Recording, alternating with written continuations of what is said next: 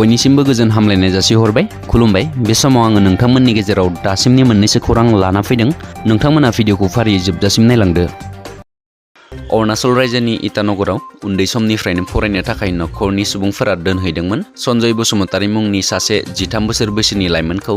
नाथाय थांनाय सप्तानै सिगां न'आव फैनो होननानै गावथानाय जायगा एबा इटानगरनिफ्राय फैदोंमोन सन्जय बसुमतारीया। बेनि उनाव लाइमोना दासिम गावनि न'आव सफैफिनाखैसै। सनितपुर जिल्ला बातासिपुर ओनसोलनि सिङाव थानाय माइनावस्रि गामिनि रुंसारि बिश्वजित बसुमतारी आरो बिमा फागुनि बसुमतारीनि फिसाज्ला सन्जय बसुमतारीखौ सोरबाफोर बबेयावबा नुसनबायोब्ला 8473832841 बे जानबुं अनजिमायाव फोरमायहरनो हागोन। हादरनि मुम्बाइआव गाबोननिफ्राय जागायजेननो गोनां वमेन्स प्रिमियार लीगनि थाखाय गुवाहाटीनि बरागावनि थागिबि आइजो रजनी बासनेट कलिताया मेट्स रिफारि महरै थिसनजाबाय। बे लीगआव रजनी बासनेट कलिताया मोनफ्रोमबो गेलेनाय मेट्सफोराव मेट्स रिफारि महरै बिबान सामलायगोन।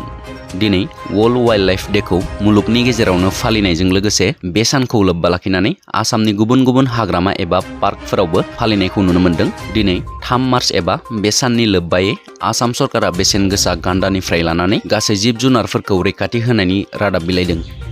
गसाइगाव महकुमा दिसेबल पार्सन एस'सिएशननि थाखाय दिनै मोनसे मोजां खौरां। नोरजिया सुबुंफोरनि बायदि खामानि मावनो थाखाय दिनै गसाइगाव महकुमा दिसेबल पार्सन एस'सिएशननि थाखाय बिटिसि सरकारनि एसपिअडि बिथांखिनि गेजेरजों 5 लाख रांनि गंसे मावखुलि लुनायखौ बिटिआरनि मावफुं सोद्रोमा गौतम दास बिथाङा बेखेवनानै होयो। बे बेखेवनाय हाबाफारियाव बाहागो लानानै बिथां मावफुं सोद्रोमाया नोरजिया सुबुंफोरनि थाखाय बिटिआर सरकारा बोसोरसेयाव 100 सुबुंफोरनो इ-रिक्सा आरो 100 सुबुंफोरनो 50,000 रां होनायनिबो बिथांखि लादों। बेखौबो थाबैनो होनाय जागोन होननानै फोरमायथियो आरो आथिखालनि बिटिआर सरकारनि बेबायदि नोरजिया सुबुंफोरनि थाखाय गुबुन गुबुन मोजां बिथांखि लानायखौ गोजोननाय फोरमायदों दुलाराय बिटिआर नोरजिया आफादनि आफादगिरि बिथाङा। बलिउड सावथुन मुलुगनि समायना फावखुंग्रि दीपिका पादुक'णआ अस्कार्स 2023नि बान्था राननाय गिदिर हाबाफारिखौ गावनि रोंगौथिखौ सामलायनो खाबु मोन्दों। हलिउडनि गोबां मुंदांखा महरगिरिफोरनि बाहागो लानायाव फावखुंग्रि दीपिका पादुक'णआ अस्कार्स 2023नि बान्था राननाय हाबाफारियाव प्रेजेन्टार महरै बिबान सामलायगोन।